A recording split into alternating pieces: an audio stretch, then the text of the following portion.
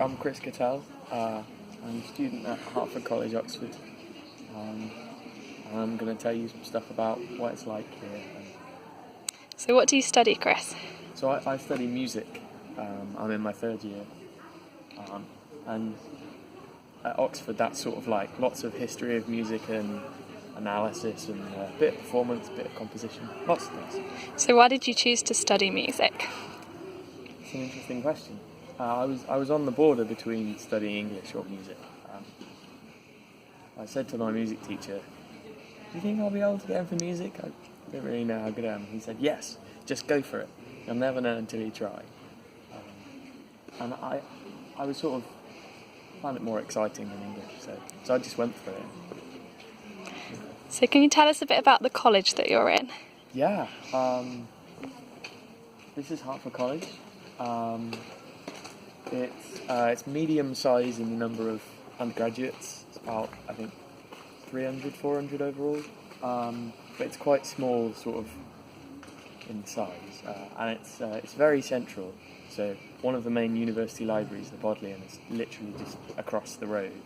And it's got one of the famous landmarks. If you've seen photos of bits of Oxford, you might have seen the Bridge of Sighs, or that part of Hertford College, which is quite cool.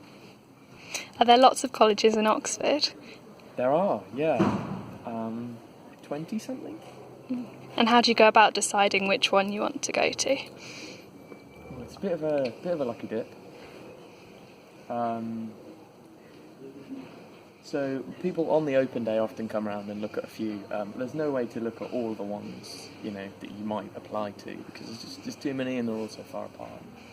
So a lot of it is sort of looking at the prospectus and thinking, this one looks like they're good at rugby and I love rugby, or this one is like the kind of has the old look I really want in a college, or this one seems to be very modern, or this one has a big year. And there's a lot of information out there that you can get. But at the end of the day, no matter what college you end up, probably still have a good time. So how did you find the transition from secondary education to university? It's a big change, especially in terms of just how you lead your life as well as education, because obviously you're much more independent at university. In terms of learning and stuff, you have to take responsibility for doing things a lot more. What are you... Oh, sorry. Yeah, I think I found it a bit tricky, but you get used to it, and there's more freedom. In terms of your degree, which bits are you finding most interesting, most exciting, and then most challenging as well? Most interesting, probably my dissertation at the minute, so that's on sort of popular music and cultural appropriation, which is very cool, and I get to read, 'cause that's something a topic I get to choose myself, and then I get to write 10,000 words on it, which is very cool. I like writing music as well, so I enjoy that part of the course. I think most challenging is perhaps the amount that I have to learn for my exams at the end of the year. But yeah, it's all interesting, which is important. And how do you think your school helped prepare you to study at university? Or did they? Yeah, I think there's that gradual transition from sort of, primary school where everything is very, very, this is exactly what you need to know, this is exactly the way that you're going to learn it, and then when you get to sort of sixth form, you're getting a bit more leeway and a bit more freedom, especially where I went. There's not so much sort of guidance on what you have to do, so that was good preparation for the kind of the freedom of university. I'm not sure. I don't think you can ever... I think maybe some schools will prepare you very well for university if they just completely leave you to your own devices, because that's almost what happens. But you can never be here before you are. And what do you think about the workload? Is it too much? Can you cope with it? Does it get any easier? It gets easier. I guess sometimes it feels like too much, but for me, it's never been actually insurmountable, and I do a lot of extracurriculars, so you can always get it done. But it is trickier. So for you, what does a average day look like? Oh, well, it depends if I've been out the night before, doesn't it? Well, if I'm having a day where I do some work, I might get up, set my alarm for 8:20, get up at 8:45 maybe, have breakfast in my room, have a cup of tea, crack on with maybe some reading in the morning, maybe head out to the Radcliffe Camera, which is just across the road. It's a beautiful library. Then maybe in the afternoon have a rehearsal for a band I play with, a couple of hours playing some original songs, and then maybe do some more work, write some of an essay or something, and then perhaps in the evening I'd have a service in the chapel, so I'd have a choir rehearsal for an hour and a half or something like that, and then a service. So I'm thinking maybe this is a Sunday. In that case, I get free formal hall in the evening because I've seen the choir, which is a lovely 3-course meal with candles in the college hall. So there's a day.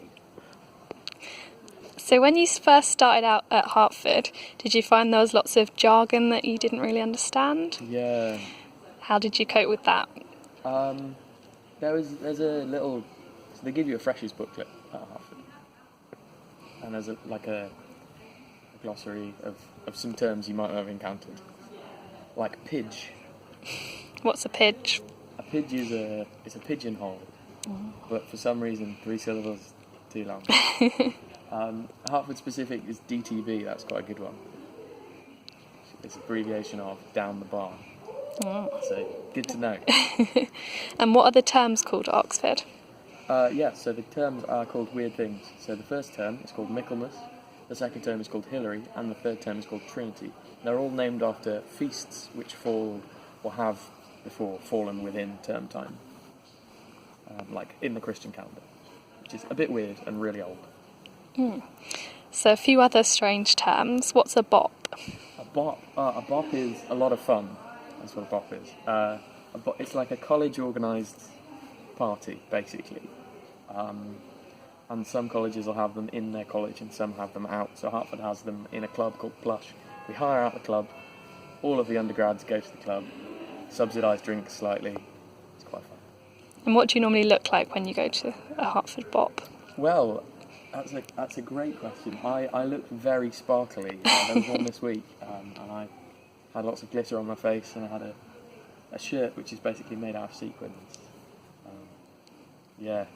Fabulous. So other things you might wear. What's subfusk? Subfusk is like exam wear, pretty much, like the formal wear. So it can be a number of things because they've relaxed the regulations a bit, but it's pretty much, if you're a guy, it's black or blue suit, probably a white bow tie, although you can wear a black one, white shirt, and a gown over the top, which is a peculiar Oxford thing. And then if you're a girl, it's like probably black skirt or trousers, white blouse, a gown, and a ribbon or a bow tie. But you can switch it up. So going back to music, how do you think it's different studying music at Oxford to somewhere else?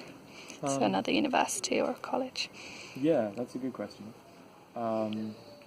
So in my experience of like having done open days, which is probably as far as it goes, like other universities tend to try and pack less essays in to one term and ask you to do a bit less in terms of just hours of work.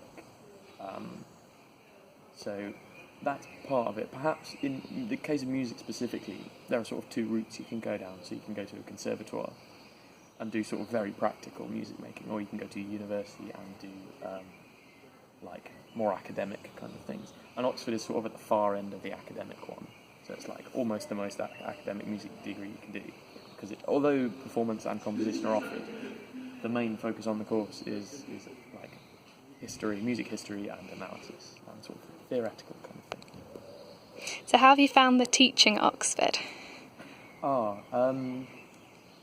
think varying. Some of it has been absolutely brilliant. Like my tutor at Hartford, it's amazing. He's a fabulous man. He's very, very friendly and very, very knowledgeable and very sharp. I've had a couple of duff tutors because you get sent around a bit, who haven't known.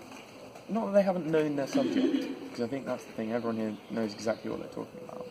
Occasionally, I've been sort of a bit wrapped up in